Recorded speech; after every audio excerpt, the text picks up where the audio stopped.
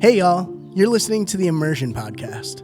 Here on the show, we'll learn from guests from all walks of life, exploring the impact of character on the mundane and the extraordinary alike. Thanks for joining. I'm your host, Ben Liu. If you enjoyed today's episode, go share it with a friend.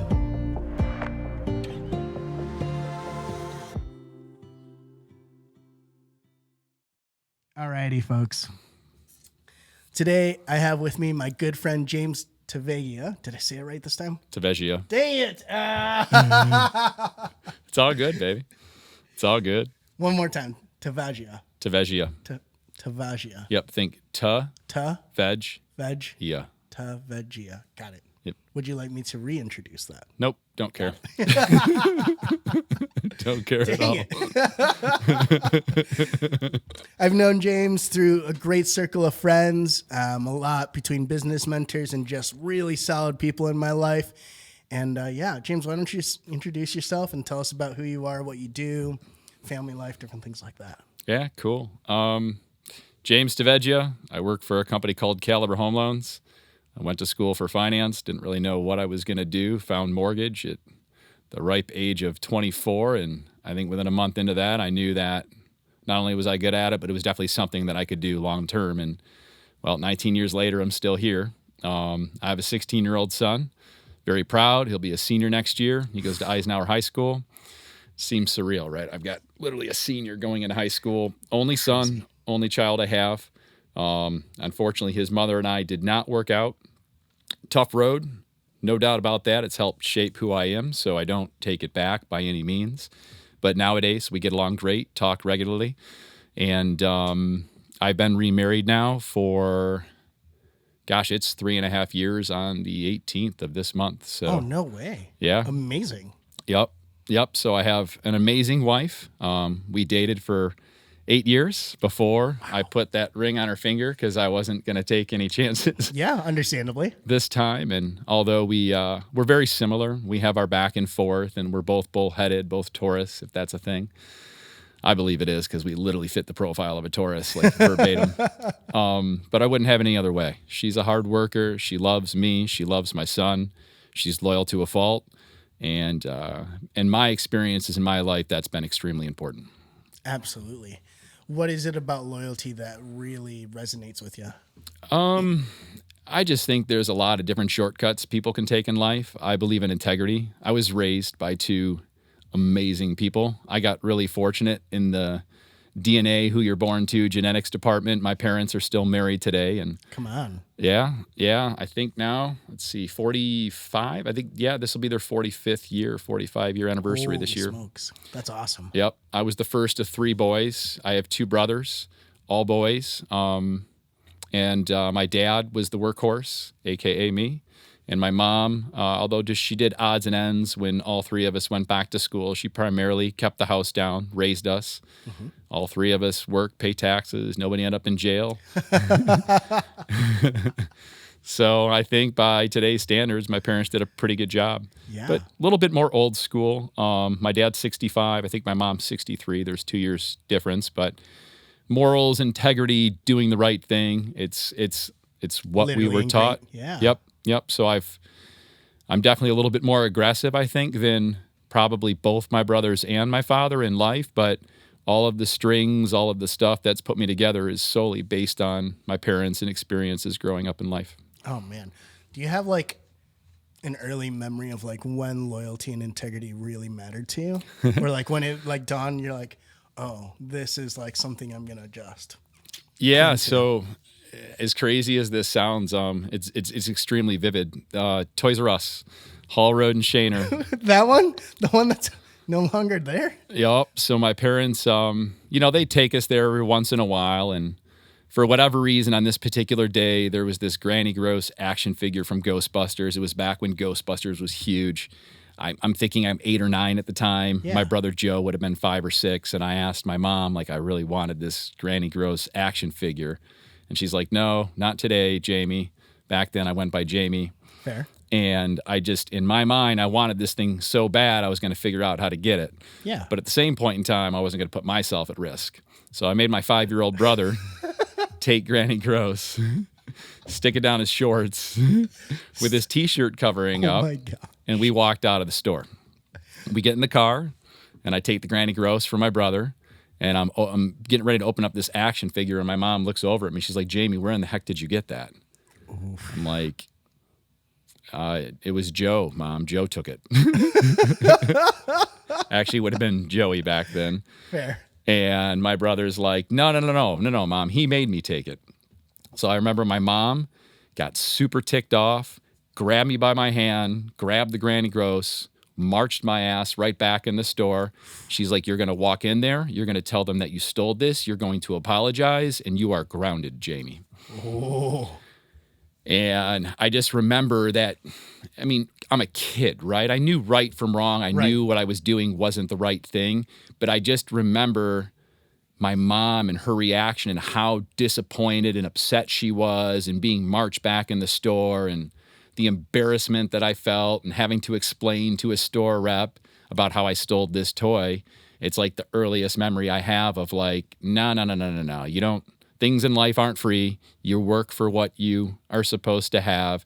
And if somebody has to help you out and they tell you no, it means no. You don't go around that. So one of the earliest life lessons I can remember. Holy smokes. Yeah, wild. Man, you were resourceful as an 8-year-old. What the heck? Started figuring stuff out. We don't do business like that nowadays. But Crazy. Wow. Okay. That's a pretty heavily ingrained one. Yep.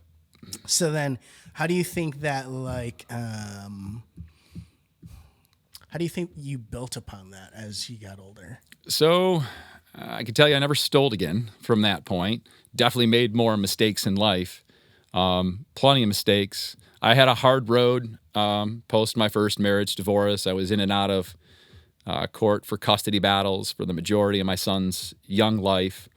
Was that early 20s or? So I was 26 when my son was born, and this would have been age 28 and onwards. Got it. And I just remember 2008 hit, and that would have been right around the time I was going through the divorce. So the financial markets were falling apart.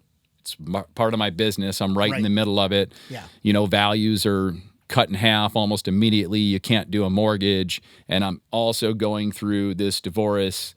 I don't want to discuss for personal reasons, but wasn't the best scenario or necessarily what I expected 2 years into a marriage to be going through. And I just always was raised different too. My parents were still together. Italian, Irish background, Catholic upbringing. Divorce wasn't really an option. My son wasn't expected. So shotgun wedding.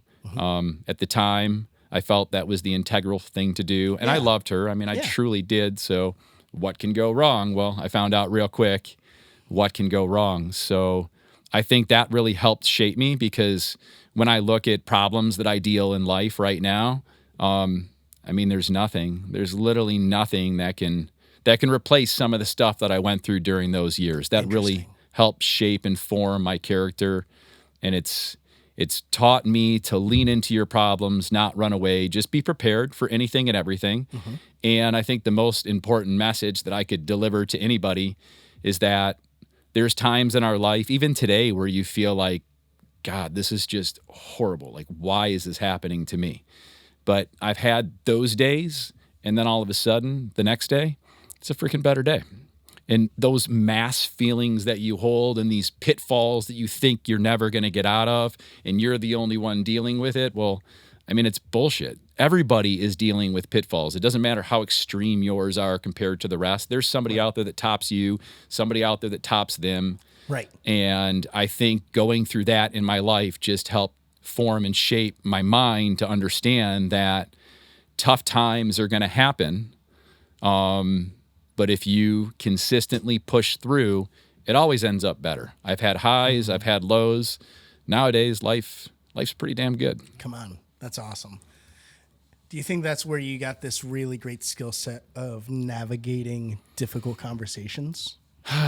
So difficult conversations. Nobody likes to have them. I think that in the grand scheme of things, clear communication, integrity, they are the utmost importance. And kind of in a weird way, I get to deal with that and get paid for it. Because in my line of work, you could have a perfect profile, everything could be going perfectly, and all of a sudden, client gets laid off, or some problem that you can't prevent shows up. But if you manage the expectations with your client, with the agents, communication is key, right? And I think a lot of people want to push that problem off because it doesn't feel good to deal with it. And I think that's the worst thing you can do. I feel like pushing straight forward, identifying the issue. Is there a way to get around this? Yes or no?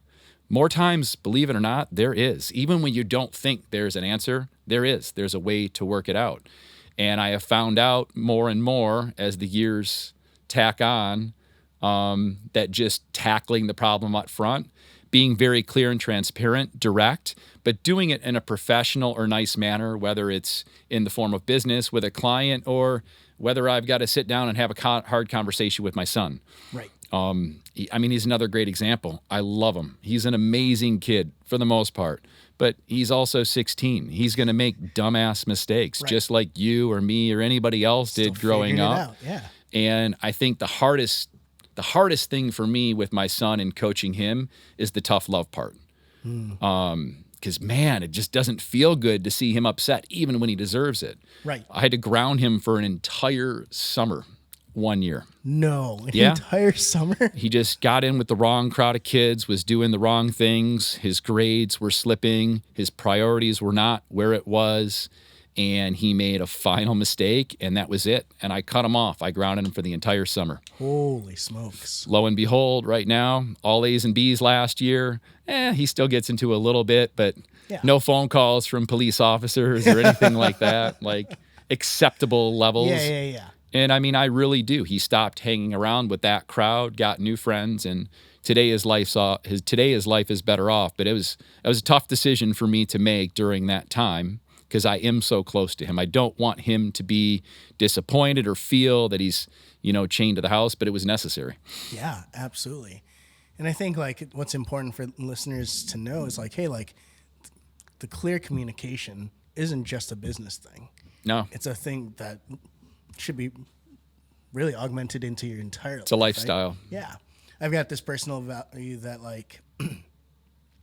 that when I bring mentors into my life, I can't have segmented stories. Sure. Everyone's story that I'm telling them, or just updates really, right, has to be on par, right? It's got to be consistent from person to person to person. Now, obviously, there's business mentors, there's emotional mentors, there's, spiritual mentors, if you will. Sure. That, each one has their strength. Great, yeah. But at the same time, I feel like the integrity in that of recognizing hey, if I'm going to put myself under somebody and have the integrity to want to get better, I can't segment these. And so I've noticed that that in surrounding myself with people, to be able to have those good conversations and clear conversations really has pulled me forward. Mm-hmm. And even when it's not talking with mentors, even when it's talking with friends and there's just a quick head clash or different things like that, it's so important. I think there's a quote that says something don't trade temporary relief, otherwise you'll get long-lasting problems or something like that. Essentially, if you push off the day's problems, you're still going to deal with them tomorrow. Yeah.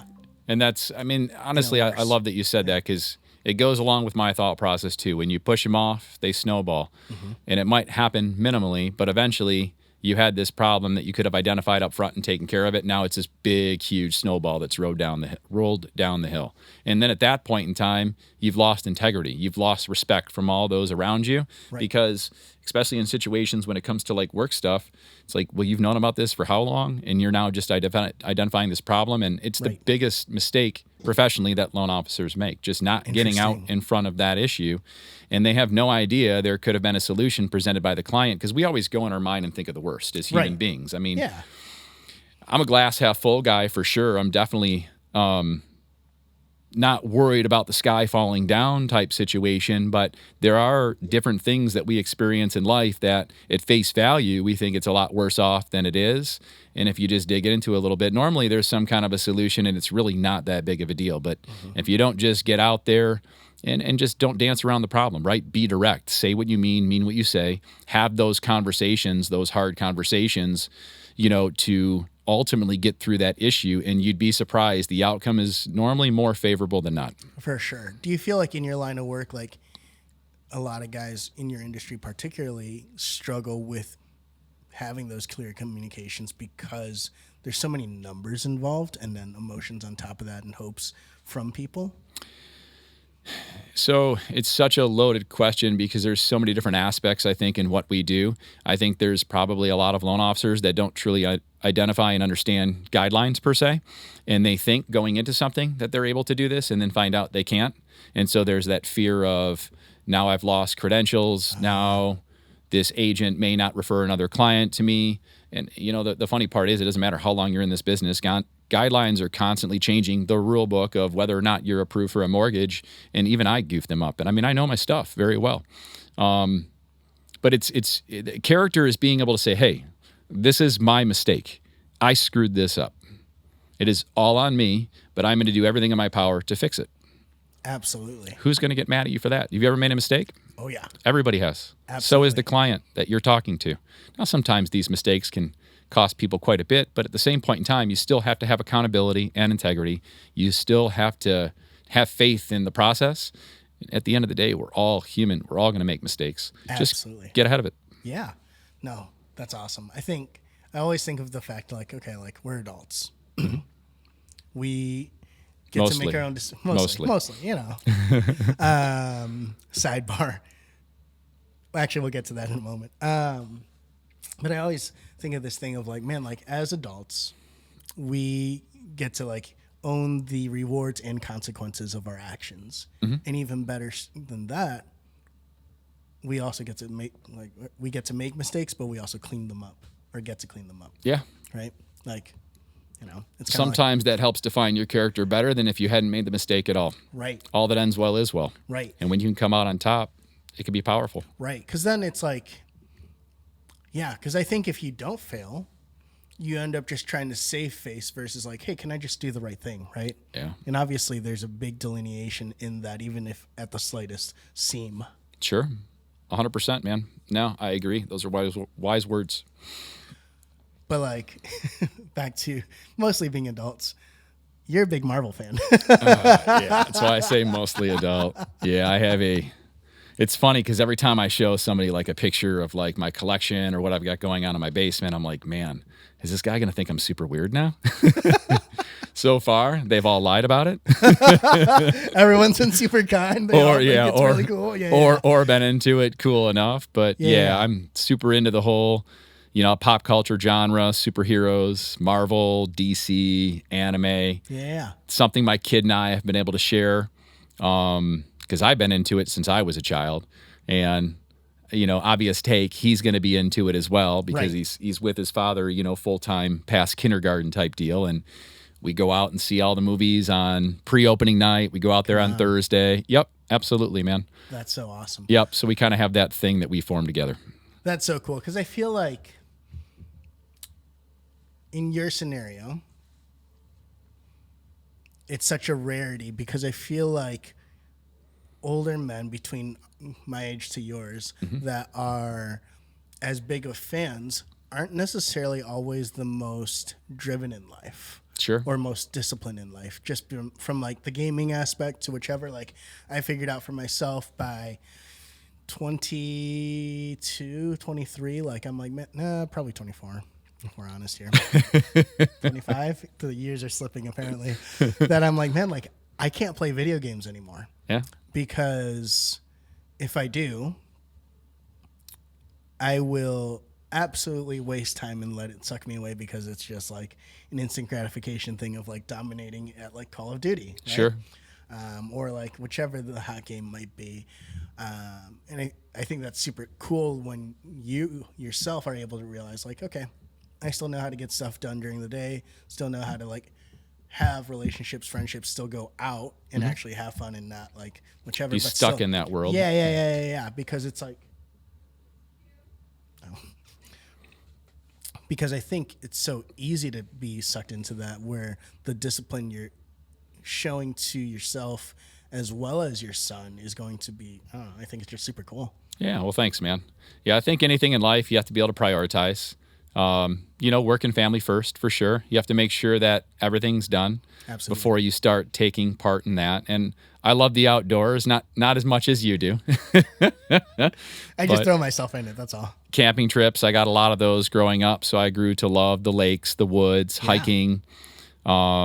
I live pretty close to Stony Creek. And be honest, I don't want to pretend like I go there all the time because recent years have been just crazy in the form of production, and our hot spot is the summer type deal. But for sure, it's just really, for me, it's a hobby. It's downtime. There's a competitive side to it, but I love to golf. Yeah.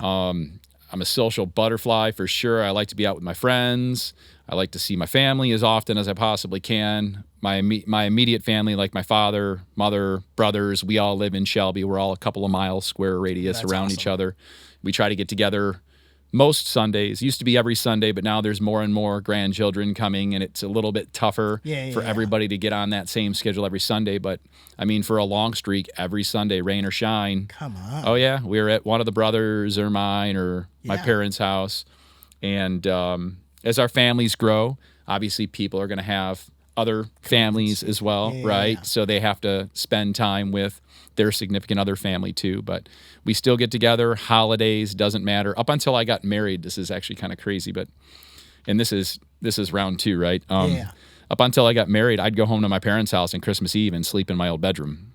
Oh, no way. Yep, my brothers would come too. So all the grown men come back to the house. Some years I had Noah, some years I didn't, but we'd all stay there Christmas Eve, wake up together Christmas morning. Family is super, super important to me. Obviously, as we've kind of touched on, I was just raised right. And I think throughout the years, I've met lots of friends and focused on people. And that's always kind of been something important to me to know that above and beyond, and I have friends that are like the family that I chose, right? I have really strong relationships with a handful of people, but I think I learned from a young age the way that my parents raised me. They taught me that they're always going to be there. My brothers are always going to be there. That's my closest pocket. That's the people that I have to pay the most attention to. That makes sense to me. Yeah. That's so cool. Gosh. Yeah, because I feel like nowadays that's kind of lost in the offerings, if you will, of the world. Sure. That's so cool. I got lucky too, because even my kid, I mean, he's not fully decided yet, but I mean, he's trying to decide on colleges. He did really good on his SATs. Awesome. Reluctantly told me he didn't study for them at all. So when I heard that he had zero effort into getting the scores that he did, and he was like, Dad, I think I want to do this again and actually put some effort into it. He's like, I'm in the range right now where I could get scholarships, but if I get a higher score, I truly put some effort into it. It might open up some other opportunities. But the reason that I'm going into this is that when we started talking about out-of-state schools, he wants nothing to do with it. He's interesting. He's like, Dad, like, I think it's important for me to get out there and live on my own and kind of feel like I'm my own person and make my own decisions. He's like, but no, like, I want to be close. I don't want to be out of state. I want to be able to come home, at the drop of a dime, get in my car. And it like, oh man, I almost teared up like hearing him tell me this. Cause dude, I'm getting goosebumps from that. In my own mind, like, I don't want my kid going to freaking, within 10 miles of my house, right? Like I want to see my kid all the time. I don't have those expectations. I mean, I want him to grow up and make his own choices, but the fact that he is 16 years old and is already arrived to that decision means, I mean, shit, I did something right. Yeah, seriously. That's amazing considering like most kids in that situation would be like, get me the heck out of here. I want to go live life. And it's like, whichever, but it seems like, or sounds like your son's really begun to understand the value of a good support system. Yeah, that was something that he said that I left out. He's just like, no, Dad, like with a family like ours, like I don't want to be that far away. And he's not just talking about me and Megan, obviously. He's talking about his grandparents, his uncles, his cousins. Yeah. Oh, man, that's so cool. Do you guys have like big family reunions or anything like that for like holidays or whichever? We get together every Christmas. Okay. Easter, birthday parties. I mean, there's no shortage of get-togethers with my family. Yeah. Oh, that's so cool. Both my parents come from big families. My mom's side, most of them now live in Florida full time. So that portion of the family we definitely don't see as often. But everybody on my dad's side, he's one of 6. Oh gosh. Tons of grandkids. We're together, multiple times a year for stuff.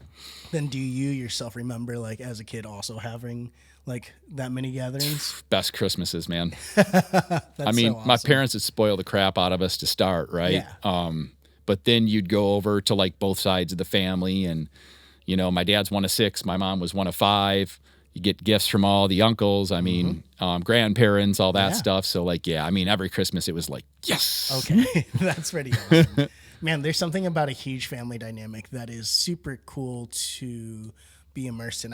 I personally never had, I'm the only child. And I never had that growing up, but I had a great set of role models who brought me in for some of their Christmases and Easters and all that. And I mean, like, That's awesome, man.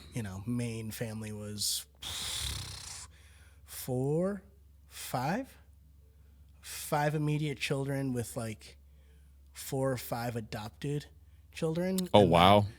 all of the immediate children had been married and probably had at least 2 to 3 kids. I mean, like, dude, I remember going over for Easter once.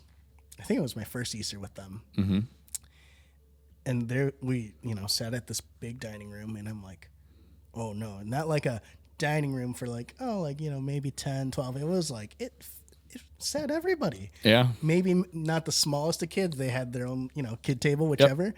But I was like, no, there's legitimately like 50, 60, 70 people here. I'm like, what in the world? And I'm just like piling on food and whichever. And I just remember, I'm like, but what a cool experience to like, I don't know, just understand the value of like coming together, celebrating, relaxing, and just like really like being known, wanted, and celebrated, even in just being there. Sure. Even though it wasn't even my family, but also seeing it reciprocated to each of the kids, grandkids, and so on and so forth, where I was like, holy smokes, like that's a really cool dynamic. And now it can be something that you strive for when you decide to start your family one day. Correct. Yeah. So I'm like, okay, like, especially like growing up as an only child, I'm like, man, life's kind of boring. Yeah. That, and then just like, I had never had like a great relationship with my parents, but they, my parents would also like cut ties or burn a lot of bridges. And so it like became harder and harder to like trust and whichever, or like I would watch my parents hold grudges, specifically like my mom. And I'm like, man, like over finances really, or different things like that, or, she had a really delicate line of trust that was easily broken. Mm-hmm. And I was like, man, I don't want to be like that. Sure. Because I believe that there's better of people, and that like, yes, I think family is important, but not to this dynamic where it's so cut off. Yeah. I'm sorry to hear that, man. I mean, I've known bits and details, but yeah, I didn't know to that extent. Yeah. It's a whole thing that I'm still like walking through well. Yeah. But I'm like, oh, wow, okay. And so that's why I think like the whole adventuring, like making new friends, and really placing a huge value on surrounding myself with people of different experiences, different levels of success, however you would want to gauge that, became so important, because I'm like, hey, I don't really have a mother figure or a real father figure that can really exemplify all this. Sure. So you've chosen some mentors instead. Yeah. Yeah, I think that's awesome. Yeah. Hey, that's great. There's a lot of people that would have gone the other way. They would have victim tendencies, blame the world circumstances for why they didn't get the biggest piece of pie or the best foot out the gate type deal. And you've been able to take that and go a different way. Yeah. I mean, I remember for myself, like, just about to graduate out of high school, and I was like, nope, like, I'm going to pick up a job and I'm going to pay for my own phone bill. Like, just going to go get my own phone. And yeah, like, what, 17, 18, $140 was, a solid amount of change. And that's still like a decent amount to pay. But like, I just knew that I didn't want, with my parents' financial success, I didn't want the silver spoon, because I knew innately something about that was going to cripple me if I allowed that to happen. Yeah. No, that's fair. I think it's a good way to think about it. And it's good that you learned that lesson early off in life. I was born pretty lucky. My parents did definitely help me out probably a little bit more than the average guy. There's no doubt about that. But They did install morals in the form of how you should be spending money. Mm-hmm. Not that I've always been the best with it. But there's a way to steward it. 100%. And that was a cool thing with me. With my boy, he was the one that asked to get the job. Come on. He's been working since he was 15. No way. Yeah, worked at a pizzeria, worked at a restaurant. He's at a different restaurant now, but by the time he turned 16, he managed to save $7,500, which is pretty incredible, Yeah. working Yeah. 2-3 days a week type For deal. And we matched the down payment for his car. Come on. Yeah, that was the deal. I told him every dollar that he saved by the time he was 16, when it was time to get the car, we'd match it. And my father even threw some money in there too. Yeah. He's got a car payment of $200 a month till January of next year, and now he's going to have a free and clear car. Come on, that's so cool. Yeah, he just financed it over 1 year. We just paid for the car and set up the payment plan over 12 months. So he goes to work, and he always has the bill paid at least a couple of days, if not a month early. Like right now, I think he's caught up through September, actually. Come on. Yeah, but it's just cool to see that, because my father instilled that in me, my brothers, and now I'm watching my kid do it. That's so cool. That's so freaking cool. Because I think like there is a difference between being handed his silver spoon, but also, there is a difference between hold on. A kid being given everything or helping out and still holding them accountable. Right. To some type of accountability in the form of a payment. You can't just have this, you have to work for it. Right. Yeah. Absolutely. That's such a good thing. Yeah. Come on. Yeah, and it's hard. I mean, sometimes it's hard. It's the right thing to do, but I mean, trust me, man, I love the kid so much. I wish I could just give him everything. Yeah. But then he'd be an idiot. Right. More than likely, he wouldn't want to work for anything if he doesn't have any lessons on what it takes to dedicate yourself to actually achieve something. Because I can't carry him through life. He's going to have to sprout his own wings and go out on his own eventually. So, man, that's so admirable, because I feel like kids who watch their parents work all the time often end on a spectrum where it's like not necessarily the greatest, where they kind of like shy away from work, if you will, versus the admiration that your son clearly has for you to be able to recognize, hey, hard work is a good thing, right? Yeah. Like, and you're seeing it from Megan as well. Hey, like you guys are working, but you also both know how to have fun and relax and still like make the important thing important thing. Balance is super key. And I mean, we're still trying to figure that out in certain circumstances. I think work definitely has more of the pie than I'd like it to, but I'm 43. I'm not old Still yet. fools me. Yeah, thanks, man. I just think that it's important. There's people that have very demanding jobs. I have one of those jobs. So does my wife. And I think my son has come to understand that, respect it, appreciate it. And there are certain times where a couple of days go by and we haven't watched like an anime or a movie or something like that. And like in my mind, like I just want to go decompress because my head is broken from, whatever couple of days of super busy work I've been doing. And instead of just sitting down and being brain fried and playing video games, I'll pull him out instead and we'll go do something. So I think he consistently sees that we put in the efforts. We do a lot of vacations. Yeah. And that's the only way for us collectively as a family to just, nothing else matters. We're going to hang out. We might only have 4 or 5 days, but like we did a trip together to New York as a family over a quick weekend. It was a work thing. We turned it into a family thing. Full credit to my wife on that. I remember you posting that. Yeah. It was completely her idea, but I had to go for a work thing and I was busy during the day, but we had the hotel room. So we got flights. My wife and my kid flew up with us and they got to go tour New York. Megan had already done a tour in New York previously with her girls. And so she knew all the spots to take them. And it's just cool because you see certain moments in people's relationships where it's like, that as a result of this happening, they just became that much closer and it's going to be like that forever. And Absolutely. The fact that Noah went to New York, it was all Megan's idea, all selfish moves aside, she put together stuff that she really enjoyed, ran it by him.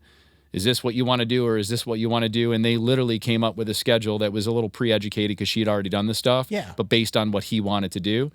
And it was just amazing to see them make that connection and just one more level closer, which can be tough for a stepmom, jumping in. Playing that role and 100%. Connecting. Yeah. Oh, that's so cool. Wow. And just like, I'm sure for Noah, probably also just like the validation of like, hey, like but also what do you actually want to do? Yeah. Right. Because I think, actually, I know this very well as, taking so many trips, but also like bringing friends onto trips and different things like that of like, hey, like, cool, we're going to this destination. Yeah. But what do you really want to do? Do you want to see waterfalls? Do you want to go jump in a river? Do you want to go see a lake? Do you want to do a sunrise hike? Do you want to watch a sunset? Or do you want to watch the stars? Or do you just want to just chill? Right. Right. This setting expectations or setting up those expectations has been super cool to see even in that facet, because I've also seen friends just literally go like, wow, I'm going to remember this for the rest of my life. And to this day, some of these guys are like still like, can't shut up about this trip. And I'm like, good.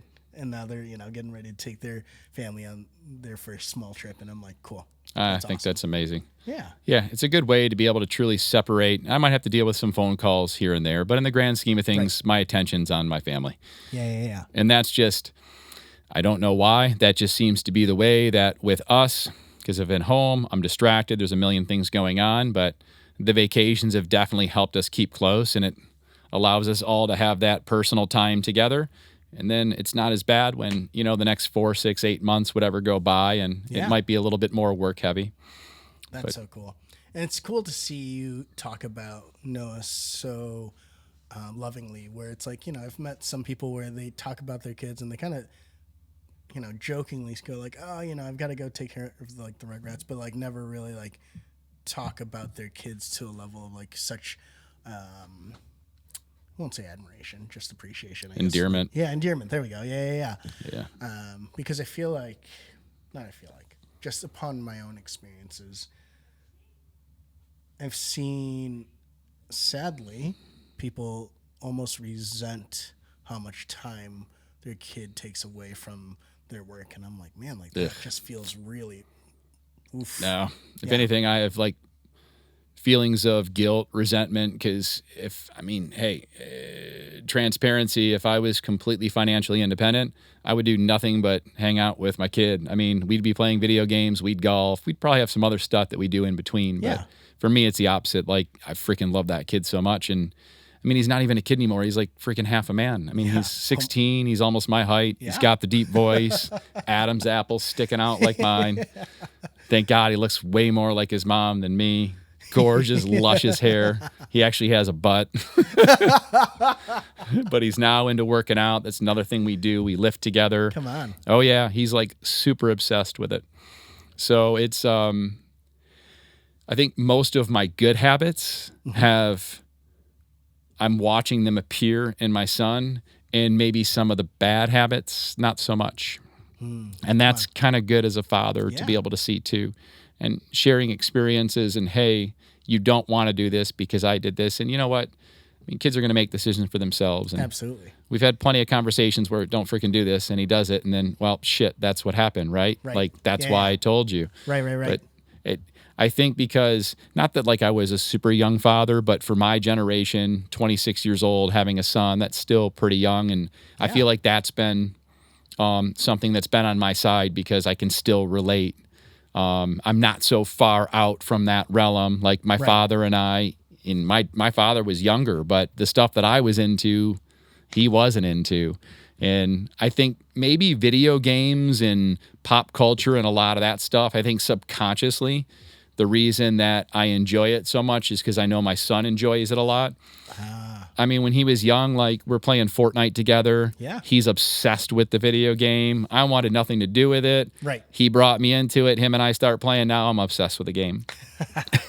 Halo, we've had that together. So even though like you would think gaming's like an isolation, like him and I do actually play a lot. And even if we're not playing together, we play a lot of the same games. We game share. So and we like the same stuff. It's not like he's picking it to like appease me or vice versa. Like we just genuinely have a lot of the same likes and interest for stuff that we do. And it's rewarding as a father. And even if he liked something completely else, I'd still love him just as much. But it makes it so easy to be a good dad when your kid wants to do all the things that you want to do too. Yeah. It's like you guys have the obvious choice of what we're going to do. Right. Oh, that's so cool. That's awesome, man. Well, I don't want to take up too much more of your time. For the listeners, do you have any imparting words for integrity or clear communication that we haven't talked about already, for someone who wants to, like, whether it be someone who is a business owner, someone who is, just wanting to, like, navigate life with this hard skill of, like, being able to, like, boldly do it?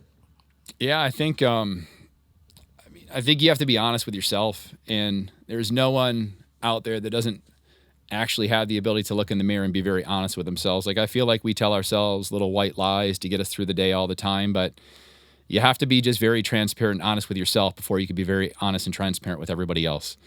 And by no means am I some kind of a superstar human being. I feel like I'm above average, overall really good guy. I have family values, and I think that's important, but I don't necessarily think that you have to have a big, close family like I do to be a good human being. You can choose your family too. I think acting with integrity is just the moral code of being a human being.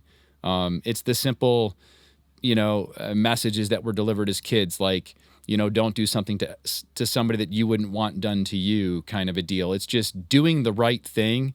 I can go to sleep at night and I can wake up and I can feel completely comfortable with myself no matter what's going on. Doesn't matter if I'm failing.